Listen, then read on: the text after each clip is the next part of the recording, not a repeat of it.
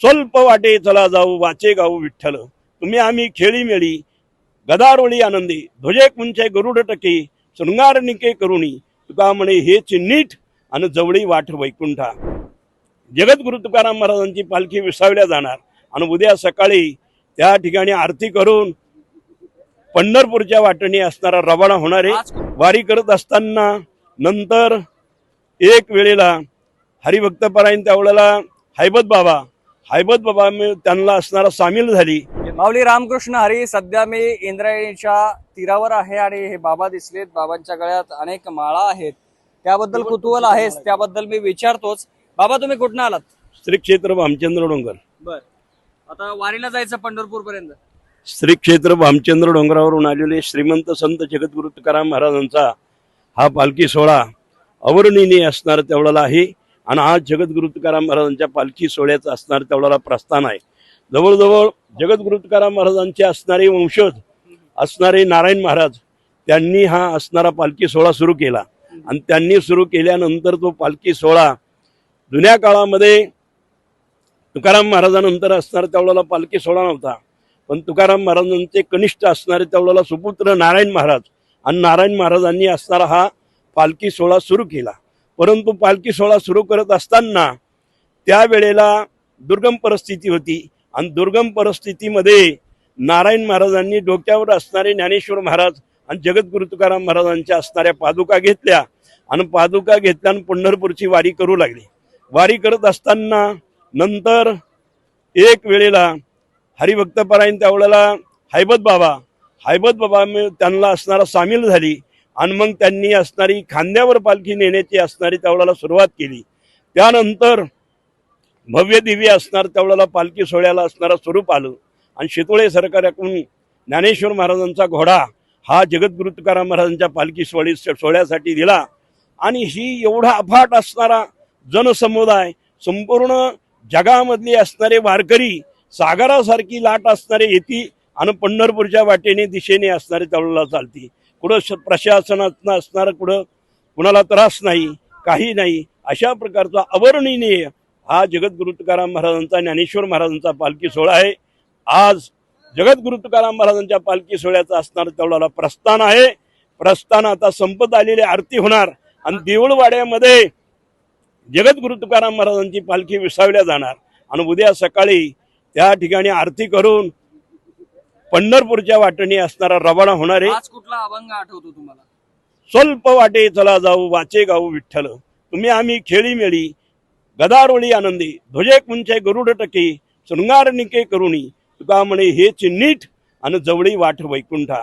ज्याला वैकुंठ धामाला जायचं असं साक्षात पंढरपूर असणार तेवढ्याला वैकुंठ आहे.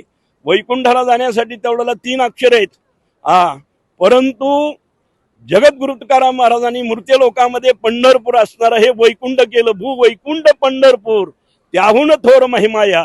अशा प्रकारचं पंढरपूर क्षेत्र मोठं आहे, एवढं मोठं आहे. सर्व संतांनी असणारं तेवढ्याला स्वीकारलं आणि भक्त पुंडलिकाने या जगाचा मालक असणारा विश्व ज्याच्या सत्तेने चालतं अशा प्रकारचा तो पांडुरंग परमात्मा गोकुळाहून आला आणि पुंडलिकाच्या आईबापाच्या भक्तीसाठी तो उभा राहिला आणि जगाला भक्तीचं प्रदान दिलं. म्हणजे माझ्या दरबारामध्ये जो येईल त्याला असणारा मुक्ती दिली पाहिजे.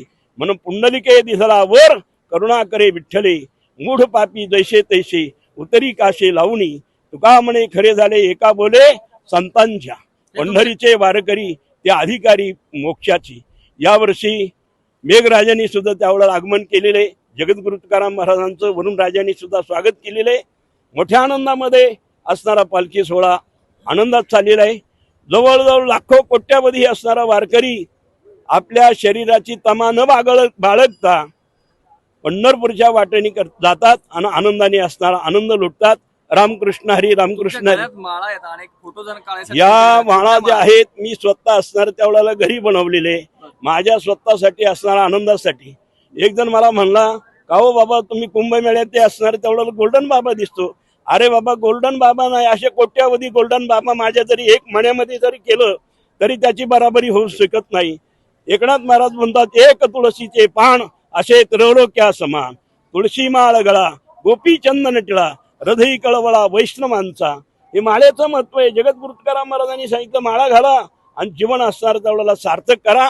रामकृष्ण हरी म्हणा. तुळशीच्या माळा आहेत का या? प्युअर तुळशीच्या माळा आहे, हाताने बनवलेल्या आहे. बरं तुम्ही खूप घातलंय का? किती माळा आहेत या जवळजवळ 150 माळा आहेत. 150 माळा. आतून तेवढे आणि वरून तेवढे आहेत. बरं. रामकृष्ण इतक्या हरी. माळा घातल्या, इतक्या माळा का घातल्या नेमकं? अनेक आनंदाने जणांच्या मनात- एक आनंदाचं ऐश्वर आहे.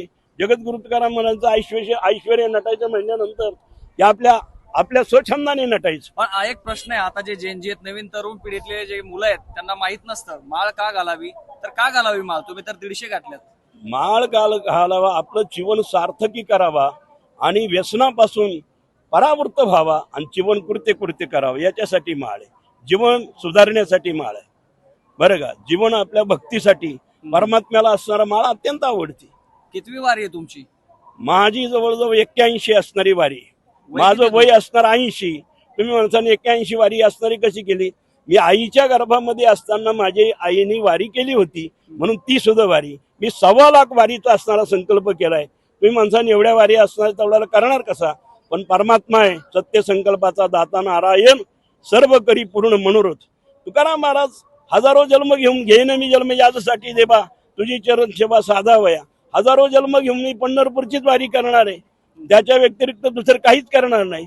हजारो जन्म झाले तरी मला आनंद वाटतो. त्या आनंद माऊली असं म्हणतात की ऋषींचं कुळ आणि नदीचं मूळ विचारू नये, मात्र लोकांच्या माहितीसाठी मला कुतूहल आहे, तुम्ही मूळचे कुठचे आहेत?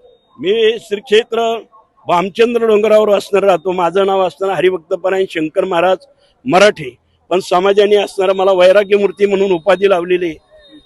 म्हणून मी वैराग्याच्या छंदामध्ये मी गळ्यामध्ये सुंदर असणारा तुळशी माळा घालतो आणि आपल्या आनंदामध्ये अखंड चिंतन करतो. रामकृष्ण हरी, रामकृष्ण एका हरी. वाक्यात वारीचं काय वर्णन कराल? वारीचं वर्णन करण्यासाठी या ठिकाणी 1000 तोंडाचा शेष तरी तिथं थकला. ज्ञानेश्वर महाराजांना विचारलं का हो ज्ञानोबराय पंढरपूरला असणार तेवढ्याला परमात्मा कसा आला? ज्ञानोबरायांनी कानावर हात ठेवलं. साक्षात परमात्मा असणारा महाविष्णूचा अवतार, पण महाविष्णूचा अवतार असताना सुद्धा ज्ञानोबराय म्हणतात नेनो ब्रह्म मार्ग चुकले, उघडे पंढरपूर आले आणि भक्ती पुंडलिके देखील उभे केले विठी. पहा विठोबा निधान, ज्याचे ब्रह्मादिका ध्यान, पाऊले समान समचरण सुगती. अशा प्रकारचं वारीचं वर्णन काय करावा? जवळजवळ कोट्यावधी संतांनी असणार तेवढ्याला वारीचं वर्णन केलेलं आहे.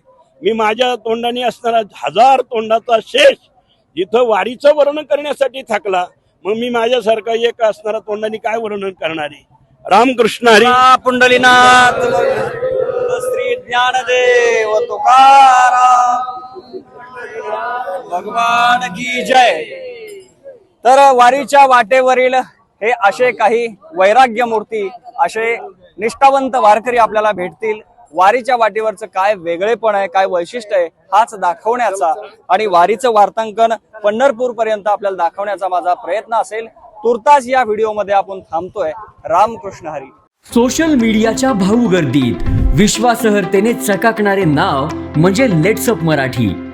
सगळ्यांना, सगळ्या नागरिकांना ती स्पीच, ती लेट्सअप वरील मुलाखती म्हणजे विचारांचा खजिना. त्यानंतरच्या निवडणुकीमध्ये मला सोडून गेले.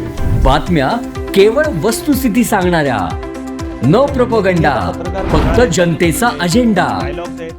क्योंकि आने वाला कल जाने वाला है, जाने वाला कल आने वाला है. राजकारण, मनोरंजन असो की क्रीडा क्षेत्र, महाराष्ट्राची स्पंदने संवेदनशीलतेने टिपणारे माध्यम म्हणजे लेट्सअप मराठी.